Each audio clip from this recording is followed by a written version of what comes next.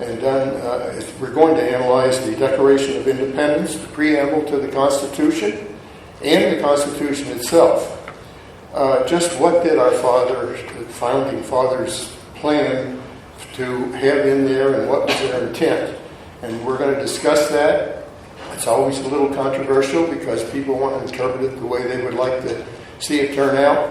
So she's going to tell us about it, and there'll be a question and answer session afterwards, and she'll be happy to entertain those activities. So let's bring up Bunny Davis.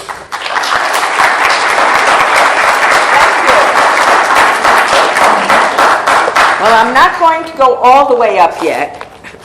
I've brought some handouts for you. There are packets in here, and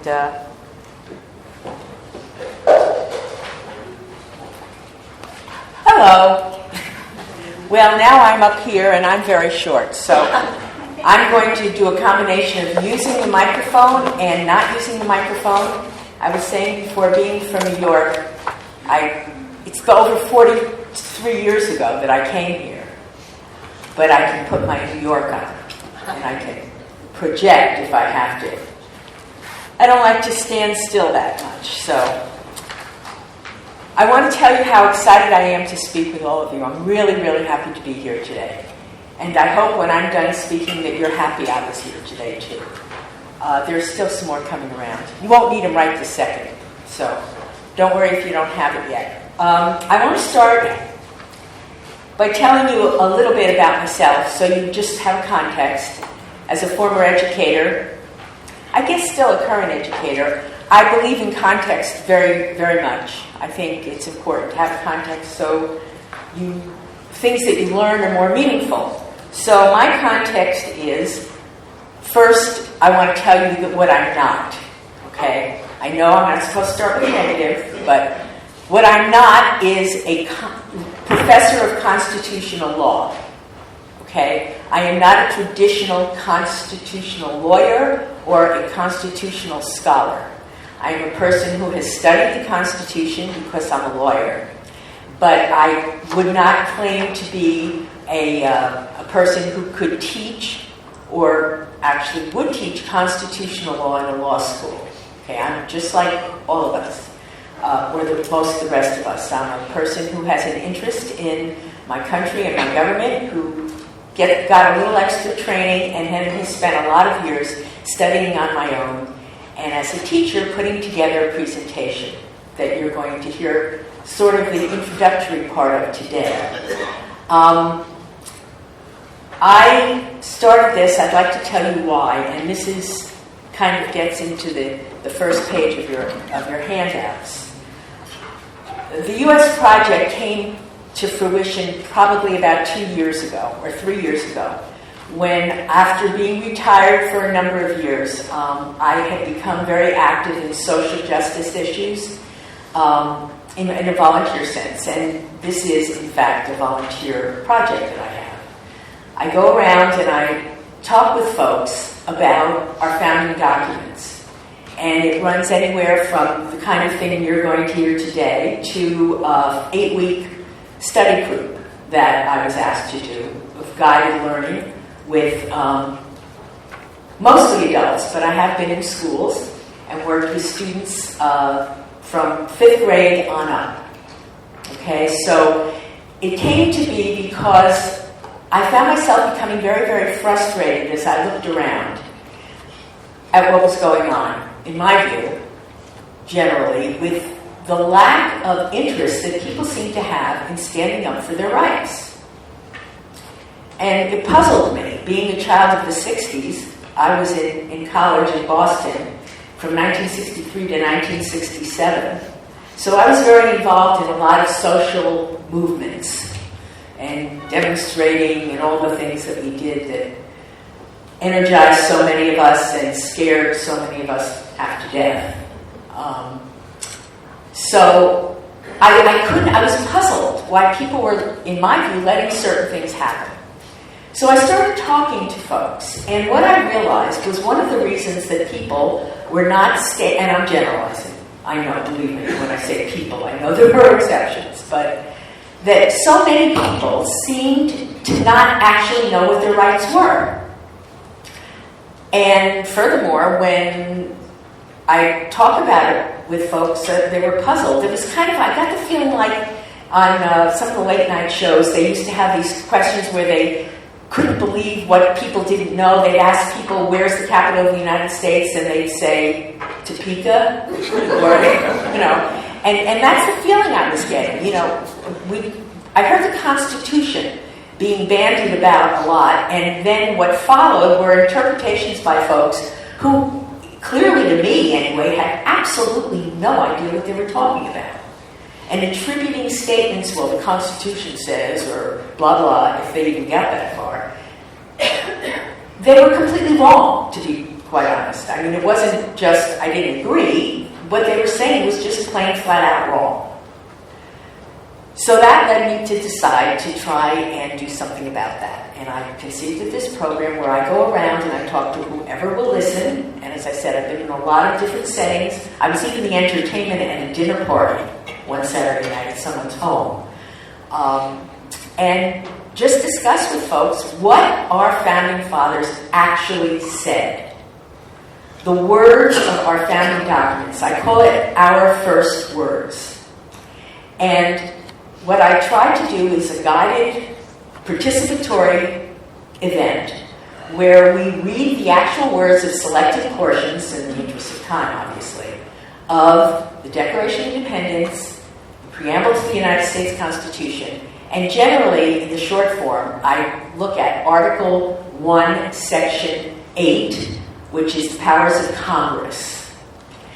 And I present it pretty much the same, but with a different thrust, depending on who I'm speaking with. For example, I gave a presentation at the Hispanic Chamber of Commerce. I've done it several times. And I was dealing mostly with businessmen. So what I told them was that these documents taken together constitute sort of the business plan of the country. We have the Declaration of Independence, that's the general goals and objectives. It's the mission statement of our country. Why? Why bother? Why did these very wealthy, in most cases, men who could have led relatively comfortable lives put themselves and their families at tremendous personal risk in order to do this thing? Well, they had ideas, and they had passion and belief in these ideas, and they took tremendous risks to make it happen. So that's our mission statement. Then we go to the preamble of the Constitution, which is sort of like the goals, the objectives, the specific objectives of the Constitution, of the government of this country. And then we look at the Constitution itself, which has everybody's job description in it. You know, if you feel like your congressional members aren't doing their job, well, if you want to know what their job actually is, you can look at the Constitution and it will tell you. And it's written in English, and it's written in pretty accessible English too. And it's not very long. So I encourage people to go beyond what I talk about, especially today, in this kind of a setting, and pick up that Constitution. If you've read it before, bravo. If you haven't read it recently, read it again. Become familiar again, so that when you have conversations with folks, you can feel kind of solid in your base about what you're talking about, and you can feel more comfortable in saying, I don't know. Because if you actually familiarize yourself with these documents and you don't know the answer to something, I think these documents will help you feel much more comfortable about that, because there are a lot of questions that are not answered purposely, in my view, in these documents, to give future generations the chance to give the definition that we need for the times that we live in. These were amazing, amazing people who wrote these things. And so with that, that's my personal reason of why I started this. But I'd like to draw your attention to the first sheet, which says the U.S. Project. Under the why. This is Thomas Jefferson's, these are Thomas Jefferson's words that actually explain why I've chosen to do this in this format. The first thing he says is, if once the people become inattentive to the public affairs, you and I, Congress and assemblies, judges and governors, shall all become wolves. It seems to be the law of our general nature in spite of individual exceptions. So as I heard the wolves howling, I just decided to step into the forest. Next, he also said, I know no safe depository of the ultimate powers of this society but the people themselves. And if we think them not enlightened enough to exercise their control with a wholesome discretion, the remedy is not to take it from them, but to inform their discretion by education. This is true corrective of abuses of constitutional power. So that's our job as the people, to make ourselves educated so we understand where we need to go as a nation, in my view. So that's what I'm trying to do. I'm trying to help my favorite, one of my favorite people in history, Mr. Jefferson, move forward his message. So if you look at the second page, here are some words by James Madison that some of you may have heard before. It's my favorite description of why government. Madison, as you may or may not know, wrote most of the pieces that we're going to be looking at today, with help, primarily from Thomas Jefferson. But he was justifying why we needed a constitution for the country to work in his mind. So what he said was, if men were angels, no government would be necessary. Kind of like the wolves thing. If angels were to govern men, neither external nor internal controls on government would be necessary. In framing a government which is to be administered by men over men, the great difficulty lies in this.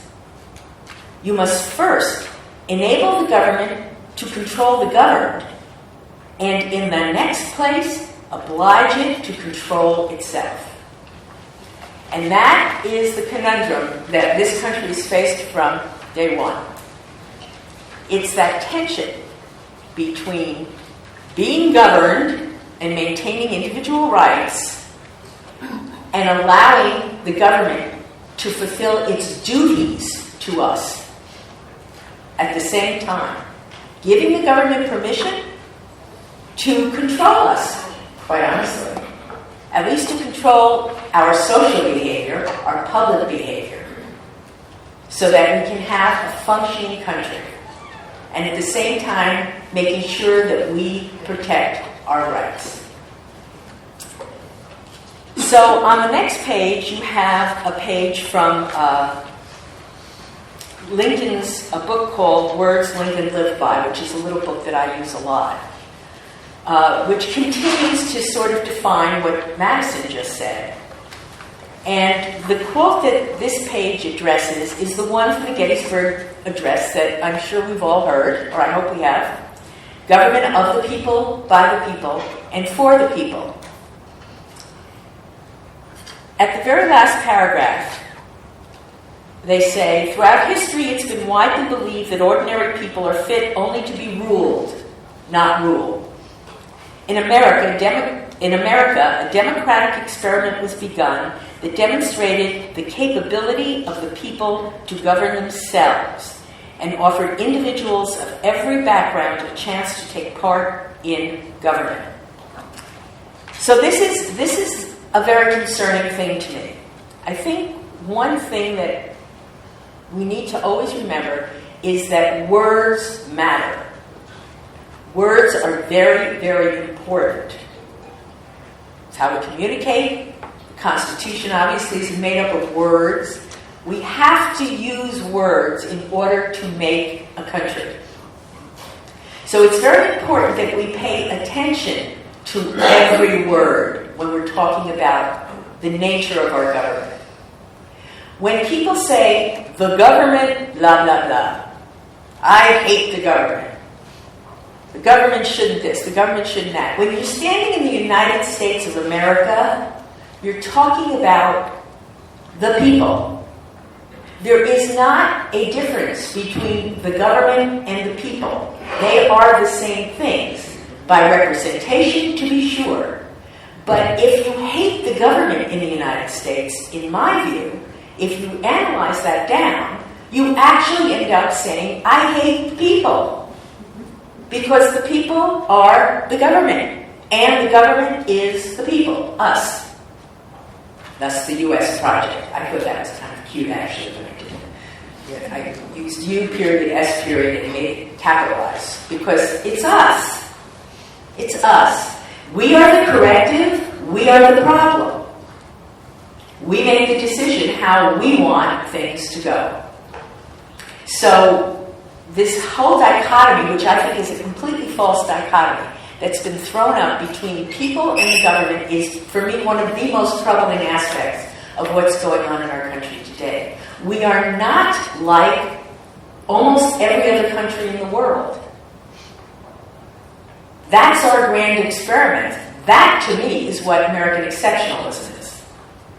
That we are the government. It's not government out there.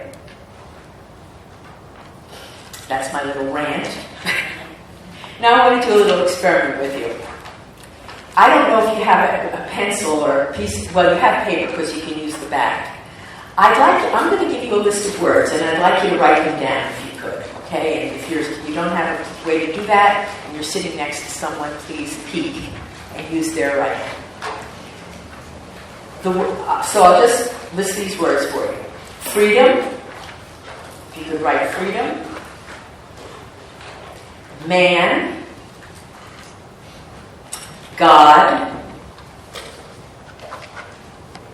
industry, capitalism, fairness, science,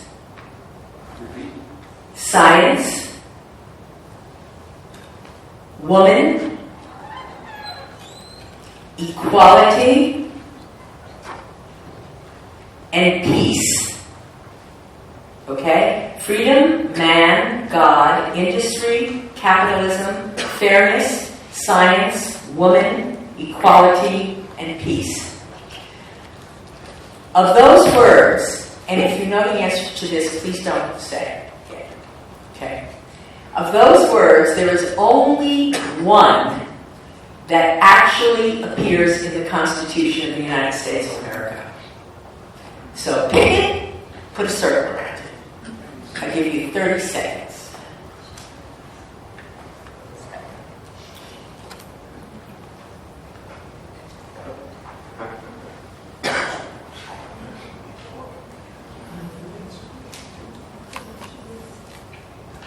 Do you want to pack it?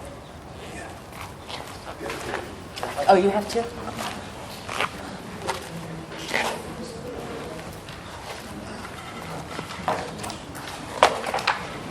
You're welcome. Okay. Who wants to tell me what they think? And if you know for sure, don't say it, please. That's not fair. Yes, sir. I believe it's equality. Equality. Okay. Anybody else? Yes, sir. Man. Okay. Yes. God. God. Okay. Industry. Industry. Freedom. Freedom. Okay, so we're kind of... Anybody else want to make a guess? Come on. Who wants? Peace. Okay. I would say it's man. Man appears in the Constitution. Okay. Well, you're all wrong. This is one of my favorite things to do. The one word that actually appears in the Constitution of the United States is science. Wow. You folks should like that. Science. None of the other words appears in the Constitution. Now, these gentlemen who wrote this document were very, very learned. They were book people, brilliant book people. They chose every single word that they used very, very carefully. And the only one of all these ideas, the only label that's in that document is science. So now let's think about the kinds of conversations we've been having in this country. Okay? I'm just saying. I'm putting it out there. We're not going to say much more about that, but my goal is to plant some seeds here and have you think about these things. Yes, did you? I'm looking at page 19, and it's part of the Constitution, and in it says, keep troops or ships of war in time of peace. You're right. So peace does appear. Yes, you're absolutely right. Thank you. Thank you. I almost took that one off about a month ago, and now you reminded me why. Thank you. Yes. Yes. How many times does science appear? Once. Just once. Just once. But the others don't appear at all. Except peace. Except peace. And thank you. Peace be with you. So, we're having very interesting conversations about our founding documents in this country at this point in our history, and I just wanted to point that out. So let's get to it. Let's look on page, there's a 1 at the very bottom of the column. It's the second sheet on the left-hand side, the Declaration of Independence. And what I want to point out to you appears in the first paragraph, in the introductory paragraph, and we're going to read just a few lines into the second paragraph. When in the course of human events, it becomes necessary for one people to dissolve the political bands which have connected them with another, and to assume among the powers of the earth the separate and equal station to which the laws of nature and nature's God entitles them. This is not the Constitution, folks. This is the Declaration of Independence. Okay? Remember, that's another conversation we've been having, which happens all the time. People conflate the two. And while they work together, they are not, in fact, the same. Okay, the separate and equal station to which the laws of nature and nature's God entitle them. A decent respect to the opinions of mankind requires that they should declare the causes which impel them to the separation. We hold these... Well, let's look at the first paragraph first. In this paragraph, there is only one, what I call, value word. Okay, a value, a human value like kindness, love, loyalty, those kinds of words. Does anyone see what values word appears in the first paragraph of this? Our first words of our first words. Respect. Respect. How interesting. Once again, very learned people who wrote this chose to use the word respect. And not only respect, but respect for what? Opinions.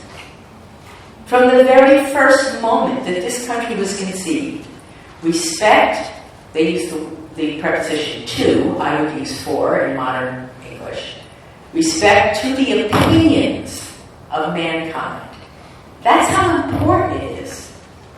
The idea of respecting each other's thoughts and opinions. I'm just saying.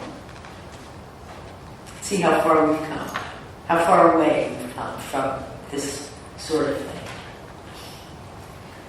So we go on. We hold these truths to be self-evident, that all men are created equal, that they are endowed by their Creator with certain unalienable rights, that among these are life, liberty, and the pursuit of happiness. And to secure these rights, governments are instituted among men. So there you have the sole purpose of the government of this country, which is to secure our rights. That's their job. That's our job, actually. To secure our own rights, to figure out and make a system work that secures our rights that are given by our Creator, whatever, whoever, however that Creator is conceived.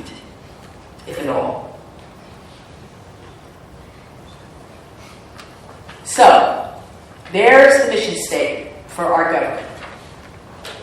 Let me ask you a question. Anybody, what is America? Republic. A republic. It's a continent, I think. Could be a continent. Yes. It's a concept. Concept. Good.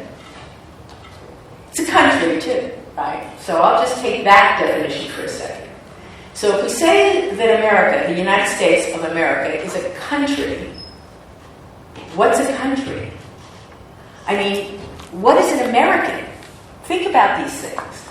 Other than us occupying the same piece of real estate, you know, what are we?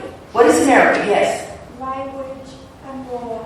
Sharing language and law. That's good. You may have heard the expression, we are a nation of laws. Well, it says not of men, but I say not of people. Yeah, we're a nation, a country of laws, a country of social, cultural shared experience. But what a government is a system of laws, actually. It's a system of rules that govern how a country operates. The laws, the system of laws, of rules, of legal rules, is very different in Iraq than it is in the United States. And that's what makes Iraq different than the United States. They have different laws. The laws are an expression of what we believe as a nation. And it's also how we show the entire world who we are. We make laws that say, this is what we believe in. We believe in it enough to have it be a regulation on public behavior or a determinant of how our government will operate. So our laws are the expression of ourselves as Americans. And they also define the country. If we don't have laws, we have chaos. We don't actually have a country. We may say we have a country. So that's what it is. A country is a system of laws. And the difference between the systems define how the countries differ from each other. Every country has a system. Some countries, the law is just the guy who's in charge, making up rules as he or she, well, not she, unfortunately, how he goes along. But that's what it is. So let's go to the preamble of the Constitution, where now that we know that we want a government that is meant to preserve our rights, and those rights come from that very government.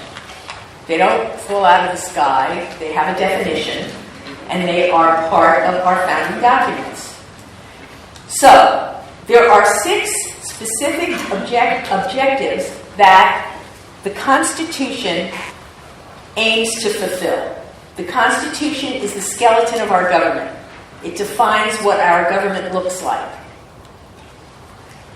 And everything that's in the Constitution is, in a way, justified as being legitimate because it fulfills one or more of these 6 objectives of government contained in the preamble to the Constitution. So, if you're a little bit younger than I am or older than I am, you probably had to memorize this preamble when you were in school. My understanding is that most schools don't have their kids do that anymore, and that has been true for quite a number of years.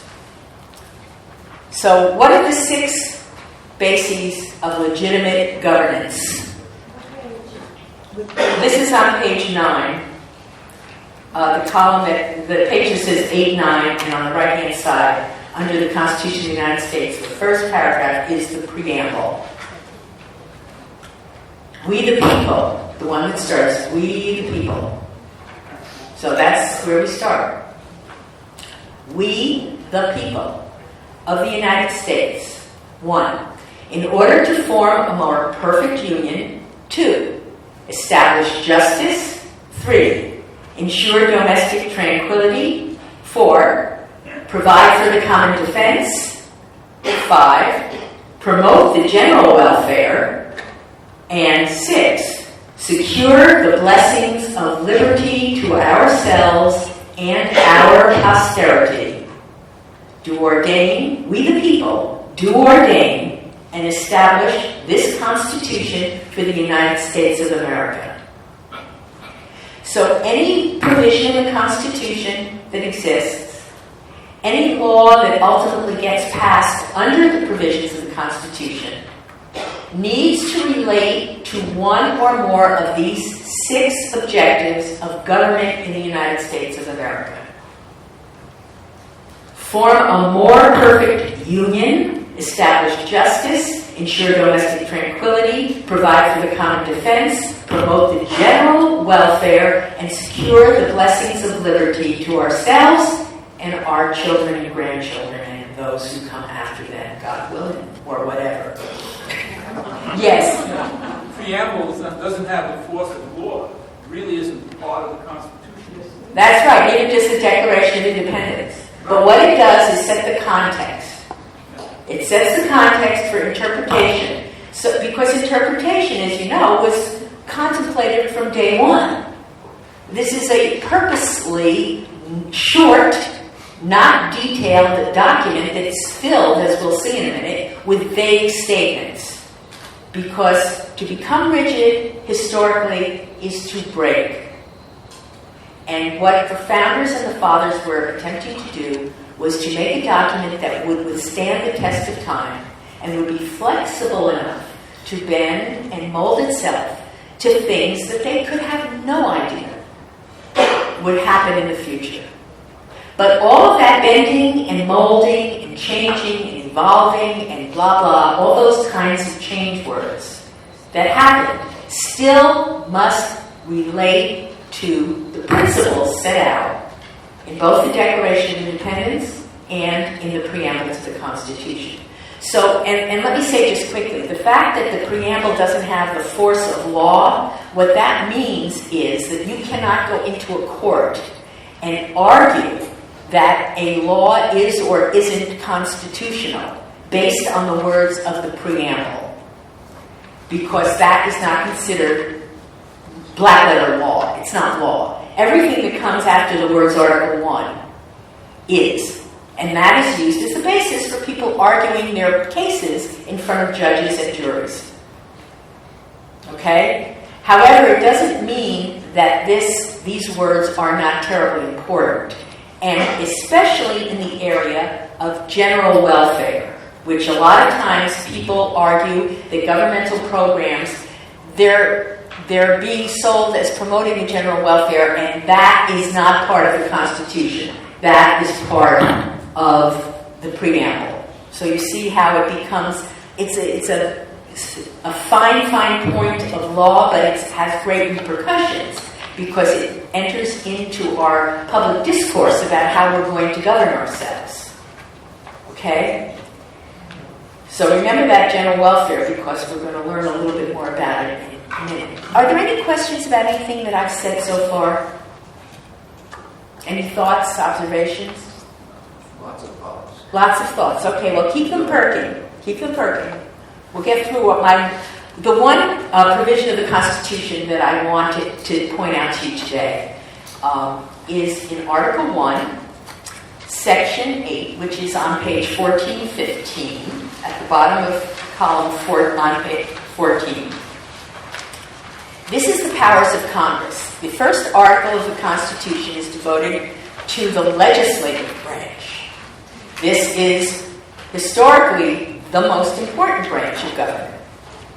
And I can tell you, just parenthetically, from a personal point of view, one of the positive things that I see going on in this country today, although it is also one of the most frustrating, sometimes scary things for me personally to observe, is that with all the tumult and stuff that's going on right now, one thing that seems to have changed significantly from previous administrations, previous presidents, in the recent past, is that we seem to me to have gotten to a place before the current administration was in power, where people look directly to the president for virtually everything.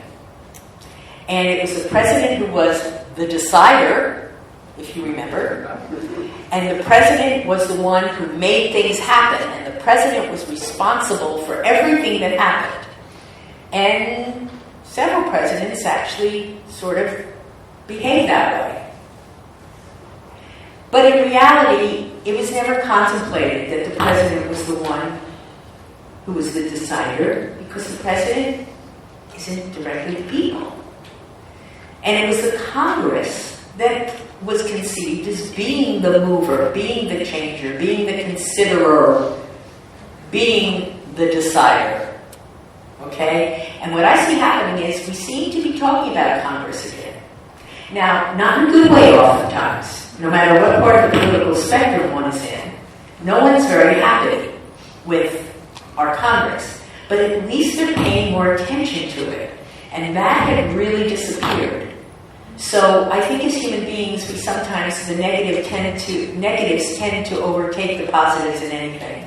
And so we're really stuck on the negatives, and there's good reason in my view for that. But the conversation has shifted, and in kind of a macro sense, looking at things that way actually gives me hope. Because I still believe in the American people, and believe, like you may have heard Winston Churchill said, that the American people ultimately always do the right thing. It just takes them way too long. So that's kind of where I am with that. So let's look. If you want to know if your Congress people are doing their jobs, then look at Article 1, Section 8. And there are actually 18 specific duties that they have. I'm going to read them quickly, just so we're on the same page here. I know we literally are on the same page, but... So, the Congress shall have the power to lay and collect taxes, duties, imposts, and excises, pay the debts, and provide for the common defense and general welfare of the United States. So, there we have the words general welfare in the Constitution itself. So when people argue that there can't be laws for the general welfare, they don't have the power to do that because it's in the Preamble, yes, that's true. And I think that's the response that should be given. The positive first. Yes, you're absolutely right. However, it's not the only place that it appears in our first words. Because it appears in Article 1, Section 8, under the powers of Congress. And not only does it appear in that first subsection, it also appears, let me back up. That's in the first subsection. So the very first thing they talk about is the Congress's power to make laws having to do with the general welfare. So, what else can Congress do? It's a general welfare of the United States, not of the people necessarily. Same thing. It is. I don't think so. Okay, well, we can talk about that. But according to the founders, that was their intent. That it's evolved potentially so it's not the same thing. But I would submit to you that that is a mistake. That it is not in compliance with what the founders thought. Now, the definition of who is a man, for example, has changed. It's changed to people. That's part of the evolution. But as far as we the people, that couldn't be clearer. We the people set it up, we the people are in charge. At least we're supposed to be, unless we abdicate our responsibilities. So, what else can the Congress do? To borrow money on the credit of the United States, to regulate commerce with foreign nations and among the several states and with the Indian tribes, to establish a uniform rule of naturalization, to uniform laws on the role subject of bankruptcies through the United States, to coin money, regulate the value, fix the standards of weights and measures, to provide for punishment of counterfeiting the securities in current coin, to establish post offices and post roads, to promote the progress of science and useful arts by securing for limited times to authors and inventors the exclusive right to their respective writings and discoveries. In the Constitution, to constitute tribunals inferior to the Supreme Court, to define and punish piracies and felonies committed on the high seas and offenses against the laws of nations, to declare war, grant letters of marque and reprisal and make rules governing captures on land and water, to raise and support armies, but no appropriation of money to that use shall be for a longer term than 2 years, to provide and maintain a navy, to make rules for government and regulation of land and naval forces, to provide for calling forth the militia, to execute the laws of the Union, suppress insurrections and repel invasions, to provide for organizing, arming, and disciplining the militia, and for governing such part of them as may be employed in the service of the United States, reserving to the states respectively the appointment of officers and the authority of training the militia according to the discipline prescribed by Congress, to exercise exclusive legislation in all cases whatsoever over such district not exceeding 10 miles, and these rules have changed by law over time, blah, blah, blah. And finally, what we call an enabling clause, to make all laws which shall be necessary and proper for carrying into execution the foregoing powers and all other powers vested by this Constitution in the government of the United States or in any department or officer thereof, including promoting the general welfare pursuant to the first subsection. When the Affordable Care Act first started being argued about, people were saying, well, you can't make a law about health care. It doesn't say it in the Constitution. I don't know if you remember that, but that was a big deal. And the answer to that is, you're absolutely right. It does not say health care in the Constitution. But it does say general welfare. So if one wants to argue that Congress had no authority to pass such a law, well, then they need to argue it on a different basis than it doesn't say health care, unless you think that health care is not something that affects the general welfare of people. So that might be an answer.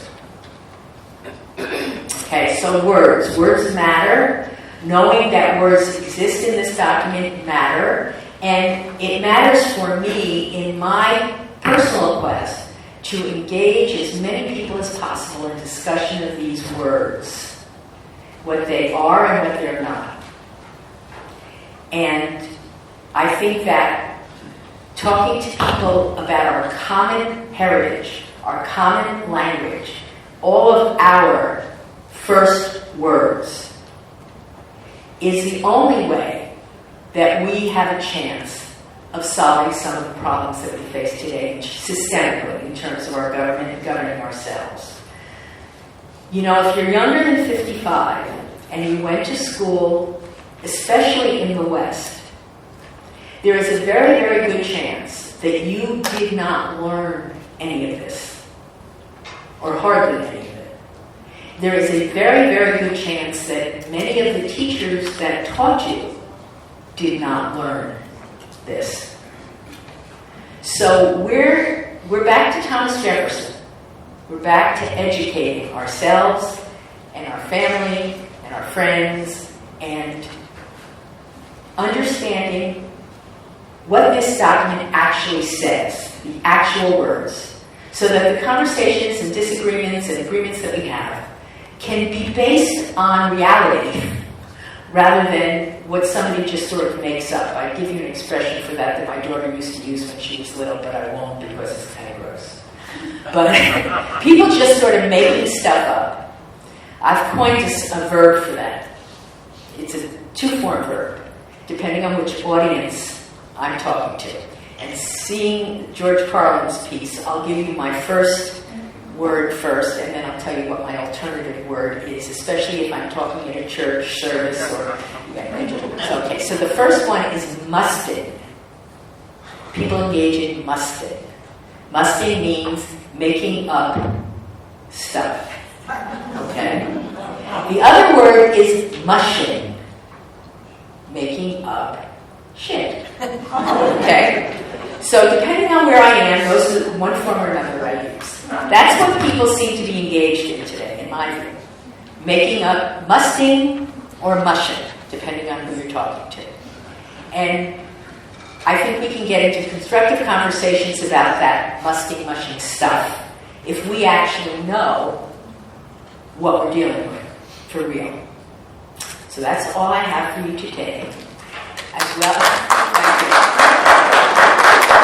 as to let you know that if anybody has any group or small or large, medium, whatever, that they would like me to present to, I can and would love to do it. And I hope that you learned something today, and I'd love to talk about things that you're thinking about, questions, ideas, concerns. Yes, ma'am? I'm sorry. Why is it that we do not have education about our main governance in this country in the schools? Okay, the question was, how come we don't have civics, essentially, in the schools? That question, to answer it really adequately, could take me an hour, okay? I used to teach school law for Northern Arizona University graduate students in educational leadership, and one whole class session, which was 5 hours long, it was one of those night session things, takes on exactly that question. The short story is that it was actually a very coordinated, it didn't start planned out. It wasn't a conspiracy in the sense that people sat down and conspired to take civics. But there were very opportunistic people, in my view, who took advantage of history and current times and stuff, especially in the 60s, and just determined that we were ripe for the picking. And the way, Thomas Jefferson was right, the way to get people to agree with you, if you're trying to pull a fast one, is to not educate them, because then you don't have critical thinking and you don't have information, and you have people who may be very smart, naturally intelligent, who are ignorant. And I don't say that in a pejorative way, I mean it literally, who just don't know. They just don't know. Yes, sir. Yeah, I have a couple of ones. First, you mentioned that, you're talking about democracy. If my memory serves me right, is that the founding fathers were opposed to democracy. And what they set up was a constitutional republic. Okay, then the other two. I think the important thing is the concepts, rights, and general welfare. I think they meant different things than what they do now. For example, rights was a Lockean concept. They were all proponents of John Locke. But rights now is completely different. It means, for example, the right to, let's say, food. That's not a Lockean concept. The Lockean concepts are what they call negative rights. Well, now we have what I think was the start that was spelled out by Roosevelt, positive rights, like a right to a job and this. That's not what they were thinking. And then general welfare. The welfare did not mean the welfare state that we have here now. It meant general benefit. Mm-hmm. Do you want me to comment back, or? Okay. I agree with you. But I think I'm talking about constitutional rights as opposed to rights. These words get appropriated just like a lot. The war on terror, the war on drugs, the war on this, the war on that. We use the word war for a lot of things that, in my view, literally are not actually wars. But they're sexy words. They're words that get people's attention, and they're words that make people go like this. So the right to food may be a human right. In the laws of nature, that from our perspective, every individual person has dignity, and part of dignity is being able to feed yourself and being able to be healthy. So you can participate from a constitutional point of view, from an American point of view. Being healthy is so that you can be an active citizen and you can contribute to our society. That's why it's part of the general welfare. Welfare meaning to make things better for people in some vague way, and in some specific ways as we move through history. I think that and we can get into these semantic arguments, and quite honestly, about democracy and representative republic and representative democracy and all that. Yes, you're right. a pure democracy, the founders did not believe in a pure democracy because they believed in the Aristotle's concept of democracy, which was poor people rising up against the wealthy. I mean, that's under Aristotle what democracy meant. So they believed in a representative government, a republic. And where democracy came in, I mean, again, that's another long, involved thing. But I think we need to be careful, although words are important. I don't want to be defeated by words either, because we get off the subject. You know, we get into the weeds about, and that's one of them that I see happening a lot. People spend a lot of time discussing whether we're a republic or a democracy, and meanwhile, the actual questions that we need to address, everyone's so exhausted by that argument that they don't want to talk about anything else. Thank you for your comment. You're right. Yes. Can you imagine a world where no sports fans had any idea what the rules were, and they all made stuff up, and they knew what they thought might be fair, and all of the officials were taking bribes? I think, that's where we are today. Basically, people say, I can't believe that we voted out that crooked congressman and voted in this new wonderful person, and within 6 months, they went Washington. They're just as crooked as the old guy. But no one gets to be on either major party's list as a candidate unless it's already been proven to the party leadership that they buy into whatever crooked the party's doing. In my personal opinion, I think that over several generations that both parties are basically completely corrupt. There probably aren't half a dozen honest people in all of Washington with any power. And that's a very pessimistic view, but I think that's where we are today. So how do we solve it? Yeah, or would you want to comment on that? Sure. What's new? Yes, and like many of our, and that was something I meant to say at the beginning. Thank you for your comment there. The reality is, in my view, and possibly in yours, sir, that there really is nothing new under the sun.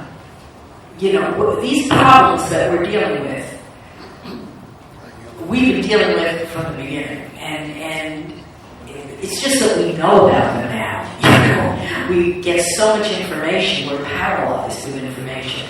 I think it's always been true that there are a lot of politicians who are crooked, and I think it's also true that there are politicians who are not. And I personally know several of them, and I will vouch for them till my dying breath.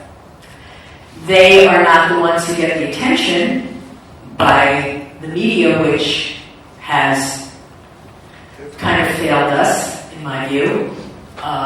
What you hear often are the hucksters and the entertainers, and not the very deep thinkers.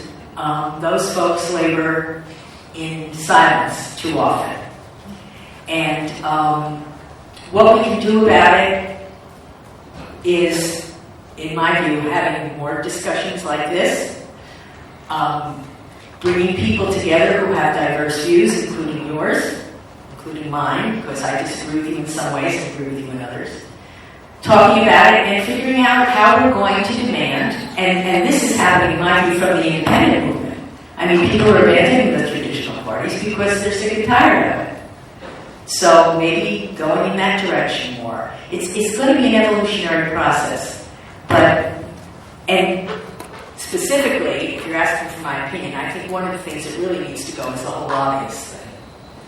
I think these lobbyists are just Bribes. It's out of control. But that's for another day. That's just my opinion since you asked. Yes, sir. Would another issue be, for example, Congress had, I think it was 5 weeks off in the summer, came back, worked for 2, and now have decided to not do any work between now and until after the election. Also, for example, someone like Ted Cruz or Rand Paul, because they want to be president, there doesn't seem to be any restriction on how much time they spend in Iowa and on the campaign trail. If any of us had a job and we told our boss, you know what, for the next couple of months I'm going to be looking for another job and I want you to pay me for it, we wouldn't stand for that. Are there any constraints for congressmen or senators as to how much time they really actually have to do the job that they were elected to do? Well, if there were, they would be in their handbook, in their rules for the particular House, whether the Senate or the House of Representatives. And I don't believe that there are specific times you must be in attendance, like perfect attendance kind of things. This practice of meeting only at one point 3 days a week really grew up because the country is so big. And what happened was, especially in the House of Representatives, being elected every 2 years, people couldn't get home to their constituents. And folks were demanding to see more of their representatives. So if you're a representative from Arizona, for instance, it's a whole heck of a lot harder for you to get to talk to your constituents if you choose to do that. On a weekend, you kind of have to fly in on a Friday, and if you want to spend 2 days seeing people, you kind of have to go back on Monday. And so that kind of gradually crept into the culture. It was a very practical consideration. But we demanded it. People demanded to see their representatives. And if you're from Maryland or New Jersey, where I was born, or New York, or any of the mid-Atlantic states, no problem. Like Joe Biden used to say, he hopped on the train and went home every night, So having the capital in Washington, D.C. worked well when we were 13 colonies deciding to become a nation. But as the westward expansion moved, it just took people further and further from the people.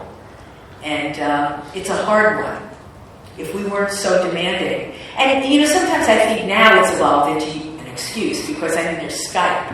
Why couldn't you just, have people do whatever it is? I'm not great with computers, but, Skype every Friday night or something like that. But those are the kinds of things that you should go and talk to your representatives about. That's a perfect thing to actually go. A lot of them really do want to hear from you. And a lot of people are very frustrated who serve, not just in the federal level, but in the state level. Get to know your state representatives. Those guys are actually here. And in many respects, your state government has much more effect on your day-to-day life than the federal government does. And the city government. And the city government, too. And they're certainly here. Yeah. Go down to meetings. Talk to them. We often complain, they don't hear us, they don't listen. Well, we're not saying anything a lot of times. Let's call it what it is. So, yes, sir. Well, you suggested this is a discussion for another day, but it seems to me to be the elephant in the room. My question is, did the framers anticipate or make any provision for the rise of the fourth and largest branch of government, that being the lobbyists? In those terms, the lobbyists, no. I think they understood influence, and that's why they tried to put controls on government. Because they understood that individual influence on people was part of human nature. That's the wolves thing. What controls?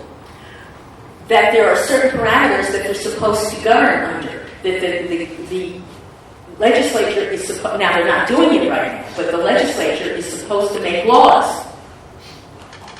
The House of Representatives of the United States of America, the Congress, is supposed to declare war.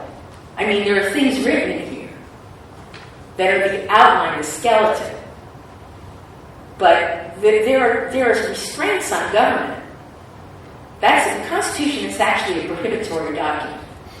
It tells the federal government what it can do. And everything that's not in it, according to one of the amendments, is left to the states. So there are rules. Whether they're followed or not, I can't say. Yes, sir. With respect to a couple of the questions, the Constitution seems to do a pretty good job of explaining what they can do, but not how they would do it. Mm-hmm. The rules of Congress, the rules of the House, the rules of the Senate was left entirely up to the people who first established, or whether it was first voted in, one of their first duties was to figure out what procedures they would follow. The Constitution does not speak to that at all. That's right. And therefore, things like lobbyists and other such things are, again, not in the Constitution. These are things that have evolved over time. Marshall, Supreme Court Justice, was fairly influential in this too, in terms of his decisions. But the actual day-to-day decisions of majority rule, how they would proceed, what rules they would use in that procedure, all was made up as they went along. Yes, and they reinstitute them every session. Yes. I think 2/3 of the people, according to polls, are against all the campaign funding that's coming in. And yet the constitutional proposal to limit McCutcheon and Citizens United is going nowhere. You want to comment? Well, that's up to us again. Ultimately, if we let all this money determine who we vote for, then we get what we get. Hypocrisy. Yeah. I always like to say, my husband is so tired of hearing this, but, my husband John and I have the same number of votes as the Koch brothers, 2. So, and in California, a couple of cycles ago, there were propositions on the ballot which were heavily, heavily funded to either pass or, I can't remember, or reject. Whatever the moneyed interests backed did not win because the people in California got sick and tired of all the advertising, all the negativism and whatever, blah, blah, blah. All that money went down the tubes because the people rose up and voted. They educated themselves, they understood what it was at stake, and then they voted against it. So, it's up to us. I go back to we the people. Sometimes it sounds kind of airy-fairy, but that's the problem. It's become airy-fairy, but it's the premise that the country was founded on. Yes? We, probably most of the people in this room have a feel for this and understand this, but we have been demonizing and allowing the rhetoric to demonize government ever since the rhetoric to get government out of the way. I would posit that in order to correct anything that you want to do, you have to have some form of government to do that. And when people are saying government is the problem, no. The Constitution defines what our government is, but it's the people we put in there that are the problem. That's right. And we must be aware of that. And that money influence out there doesn't want us to see that. They don't want us to be people with critical thinking process. They want that's where the civics went. Critical thinking was in the road. I'm not sure Alec didn't form until 1973 or so, but that civics thing, it sounds like something Alec would have done. Yes. Yes, and But I think we need to educate the people somehow, and your project here is important for that. But educate people. Government's not the problem. It's the people you elect. That's right. The system is not, when they say the system is broken, the system is not broken. The system is exactly the same as it always has been. The people that are in the system are broken for governance reasons, not human reasons. I would never say that. But a good system will make sure that there are breaks and protections from such things. And this is a flaw that hasn't been seen. I believe also that the fact that there are professional politicians, that they are forever there, and being re-elected is the main thing, their main activity. And there should be some reform on this, in my opinion, a very severe one, that the people will be there 4 years for, 8 years for, 5 years or 2 years, whatever it is, and that's it. I hear you. You're talking about term limits. A term limit must be that it would be like a president. Cannot be more than, in the past it was open, and then they said, no, it cannot work this way. It corrupts. Power corrupts. But the lobbyists do not have term limits. That's the problem. Well, the lobbyists don't have term limits, and there are many people who agree with you about the term limits. To look at it from another direction, if you're ever in a conversation with someone about this, the term limits, I say we have term limits already. It's called elections. And if people don't want people to be there for 20 years, then don't vote for them for 20 years. You know, that's what, it's the people. That's what this country is about. And putting arbitrary limits on things, to me, puts power in some place that it doesn't belong under our system of government. Because it's an arbitrary break. If someone is doing a really fabulous job, why shouldn't they keep getting elected? But if somebody is doing a really lousy job and keeps getting elected, that's on us. It's not on the system, it's on us. We need to vote the you-know-who's out. That's what they used to say historically. Vote the you-know-who's out. Anyway, I've gone over time. I'm sorry. If I can stay a little bit longer if you want to talk about it. Thank you so much.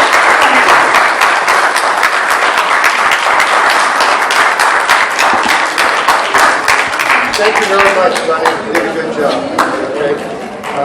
You want to announce what